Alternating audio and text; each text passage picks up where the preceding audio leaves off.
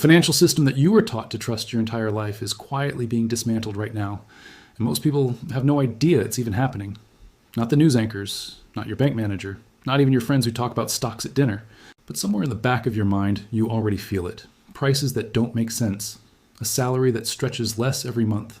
A future that somehow feels further away than it did last year. That feeling is not just stress. That feeling is a signal. If you are interested in money, finance, or changing your financial future, like this video and subscribe right now, because what you are about to learn can change the way you see money forever. Let's talk about something that almost nobody in mainstream media is willing to say out loud. Gold and silver are not just shiny metals that your grandmother kept in a locker.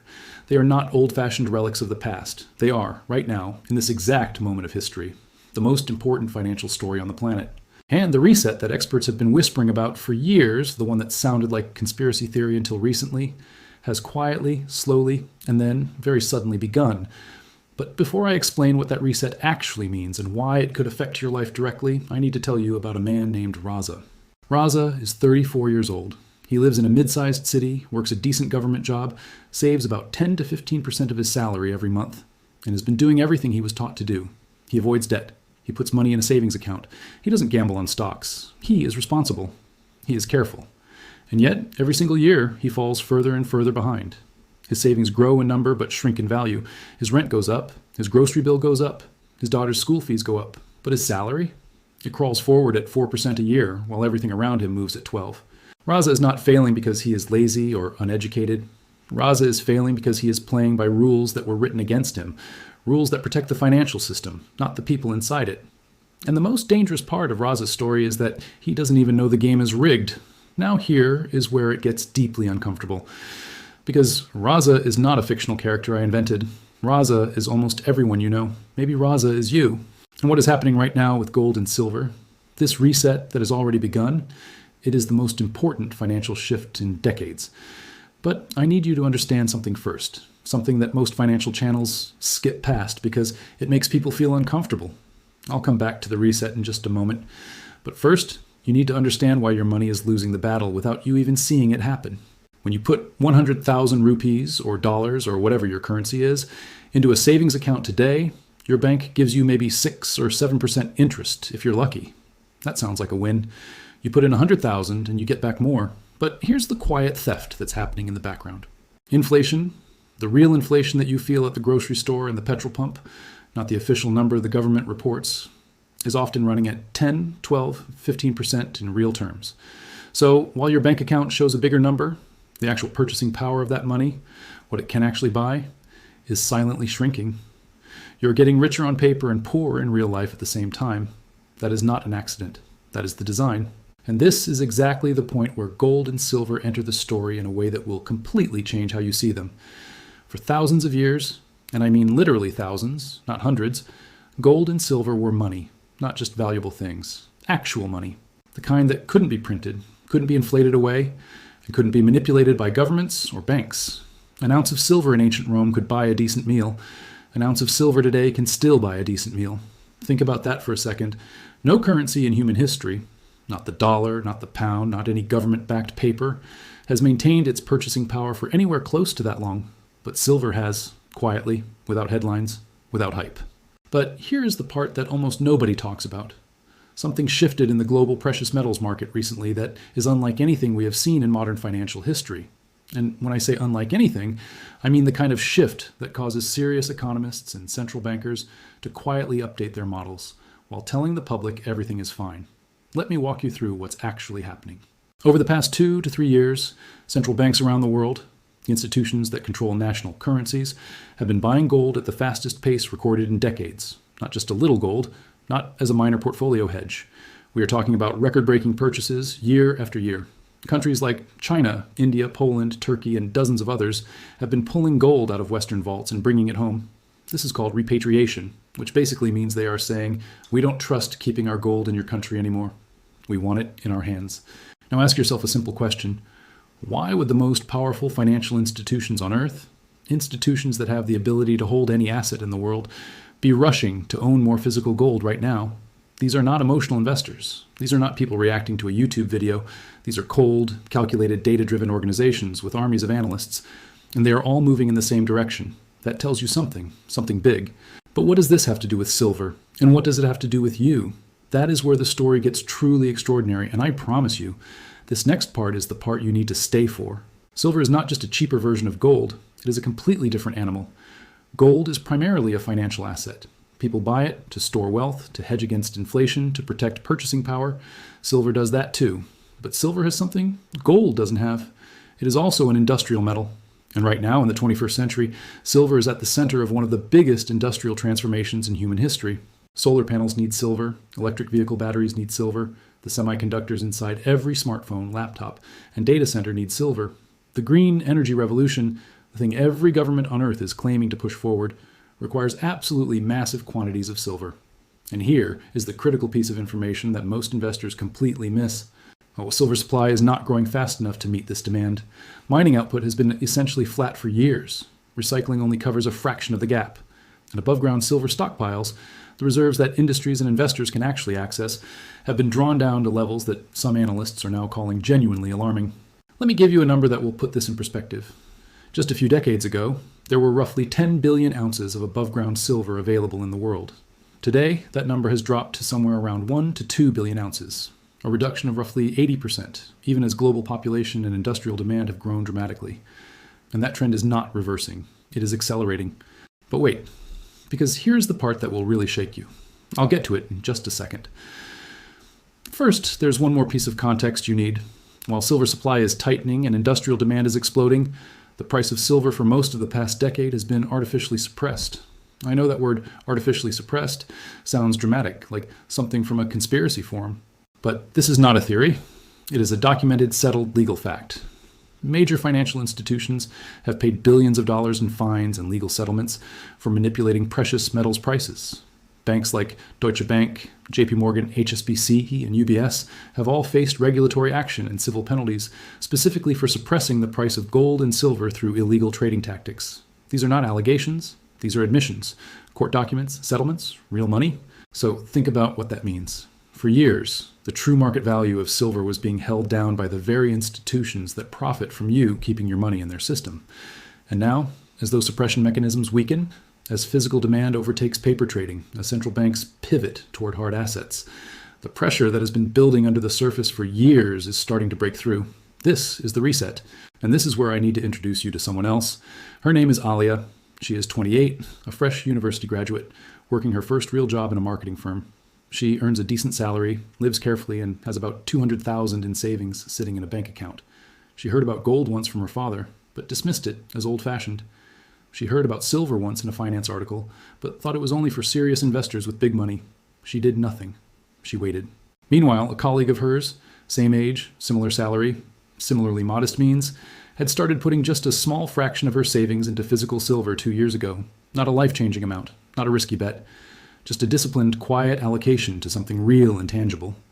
A small monthly purchase, silver coins, stored safely, nothing complicated. You could probably guess what happened to the gap between those two women's financial situations over those 2 years. But here's what you might not expect. The larger lesson was not about the return on investment. It was about something much deeper. It was about who understood the rules of the game and who was still playing blindfolded. Here is the uncomfortable truth. Most people will never make a meaningful financial decision in their lives, not because they lack intelligence, not because they lack income, but because they have been conditioned by school, by culture, by advertising, by the entire financial services industry, to keep their money moving through a system that extracts value from them at every step. The bank earns from your deposits. The currency inflates away your savings. The investment products come loaded with fees. And through all of it, you are told that this is just how money works, that this is normal, that if you just work harder and save more, you'll eventually get ahead. But the people who understand gold and silver understand something different. They understand that the financial system runs on confidence. The moment people stop believing in a currency, the currency fails. It has happened in history more times than most people realize, and right now the signals of that confidence beginning to crack are everywhere, if you know what to look for. Let me explain what those signals actually look like in the real world, because this is not abstract economics. This is something you can see and feel in your daily life. When a government spends dramatically more than it earns in taxes, it borrows the difference. The borrowing gets added to what we call national debt. And the way modern governments manage that debt, or the trick that makes the whole system seem to hold together, is by printing more money. Not physically printing paper notes the way you might imagine, but by electronically expanding the money supply, creating money from nothing. And when more money chases the same amount of goods and services, those goods and services cost more. That is inflation. And every major economy in the world right now is sitting on mountains of debt with no realistic plan to pay it back. Central banks know this. Institutional investors know this. Smart family offices and sovereign wealth funds know this. And increasingly, ordinary people are beginning to feel it even if they cannot name the mechanism. They just know their money doesn't go as far as it used to. They just know something feels wrong. And they are right. Now here is where the story takes a turn that most people completely miss. And I want you to pay very close attention to this part. When financial systems come under stress, real stress, the kind that keeps economists up at night, there's always a flight to safety. Investors, institutions, and governments alike start moving toward assets that cannot be created from nothing. Assets that have intrinsic, tangible value.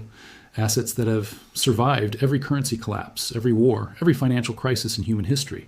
And the assets that always rise to the top in those moments are gold and silver. We are not at the crisis moment yet. Let me be very clear about that. I'm not here to tell you that the economy is collapsing tomorrow. I am not going to use fear to manipulate you. But what the data shows, the central bank buying, the supply constraints on silver, the legal documentation of price manipulation, the record debt levels across major economies, the accelerating industrial demand, is that the conditions for a significant repricing of precious metals are more aligned right now than at almost any point in recent history. And when that repricing happens, not if, but when, the people who acted early will look like geniuses. The people who waited will wonder why nobody told them. And the sad, painful truth is that somebody will have told them, many somebodies, they just weren't listening yet. But here is what I haven't told you yet. The most important piece of all. The thing that makes this moment different from every previous gold and silver bull run. And it has to do with something happening right now in 2025 at the highest levels of global financial governance. Something that most mainstream channels are not ready to talk about directly. For decades, the global financial system has been anchored to the US dollar. When you buy oil, you pay in dollars. When countries trade with each other, they often settle in dollars. When investors seek safety in a crisis, they buy dollars. This is called dollar dominance, and it has been the single most important financial fact of the past 80 years. The United States has enjoyed extraordinary economic power because of it, and that power is now being challenged in ways that are unprecedented. Multiple major economies, including some of the largest in the world, are actively building trade systems that bypass the dollar entirely. They are settling transactions in local currencies. They are accumulating gold as a neutral reserve asset that no single government controls. They are, slowly but unmistakably, preparing for a world where the dollar is one option among several rather than the only option. And what happens to gold and silver when dollar dominance weakens? Their price, measured in dollars, goes up, sometimes dramatically. Because if the dollar becomes less trusted as a store of value and gold and silver become more trusted, then the number of dollars it takes to buy an ounce of gold or silver increases. You're not getting richer. The dollar is getting poorer. But the effect on your purchasing power depends entirely on which side of that trade you're standing on. Let me bring this back to the personal level. Because all of this, the central bank movements, the supply data, the dollar shift, the industrial demand, it only matters if it connects to real decisions that real people can make in their real lives. Think about someone you know, maybe a parent, maybe an older sibling, maybe yourself. Someone who worked for 20 or 30 years, saved faithfully, did everything right by the conventional playbook, and is now looking at retirement, wondering why their savings feel fragile, why the numbers look okay, but the feeling underneath is one of quiet anxiety rather than security. That anxiety is not irrational, it is accurate. It is the gut's way of processing what the mind hasn't fully articulated yet. That the system they trusted with their life savings was never designed with their long-term protection as the primary goal. Gold and silver are not magic solutions. I want to be very clear about that. They are not going to make you rich overnight. They are not a get-rich-quick scheme. They are something far more powerful and far more boring. They are a preservation tool, a way of saying, I'm going to keep a portion of my wealth in something that no government can print, no bank can inflate, and no financial crisis can erase. And right now, in this specific window of time, with supply constraints tightening, with central banks buying aggressively, with industrial demand accelerating, with the manipulation of prices being unwound through legal and market forces, with global dollar dominance shifting, right now is one of the most compelling moments in decades to understand this and act. But here's the mistake that most people will make even after watching this, even after understanding all of this intellectually, even after nodding along and feeling that quiet alarm in their chest. They will do nothing. They will close this video, go back to their regular day, and tell themselves they'll look into it later. Later will become next month. Next month will become next year. And next year, when prices are higher and the window has narrowed, they will remember this moment and feel the specific, stomach-dropping regret of knowing they understood it and still didn't act. I've watched this pattern play out so many times. It's not a character flaw. It's human nature. We are wired to avoid change, to default to what's familiar, to trust the system we grew up inside. But the people who build real financial resilience, not just wealth, but genuine security, are the ones who learn to override that instinct when the evidence demands it. You don't need to be rich to start. That is one of the most important truths about physical silver. You can start small, genuinely small, 1 coin, 1 bar, something tangible that you can hold in your hand and know represents real value, not a number on a bank screen that can be frozen, inflated, or disappeared in a crisis. Physical silver is one of the most accessible entry points into hard asset ownership that exists. And for people in emerging market countries, people whose local currencies are particularly vulnerable to inflation and devaluation, the argument for owning even a modest amount of physical precious metals is even stronger. Let me tell you one more story before we reach the end, because this one is important. There's a family, 3 generations, middle-class background, the kind of family that worked hard and did right by the conventional standards. The grandfather kept gold, not because he was wealthy, because he had lived through enough economic chaos to know that paper can burn. When his children grew up in more stable times, they called him old-fashioned. They put their faith in banks and pension funds and government promises.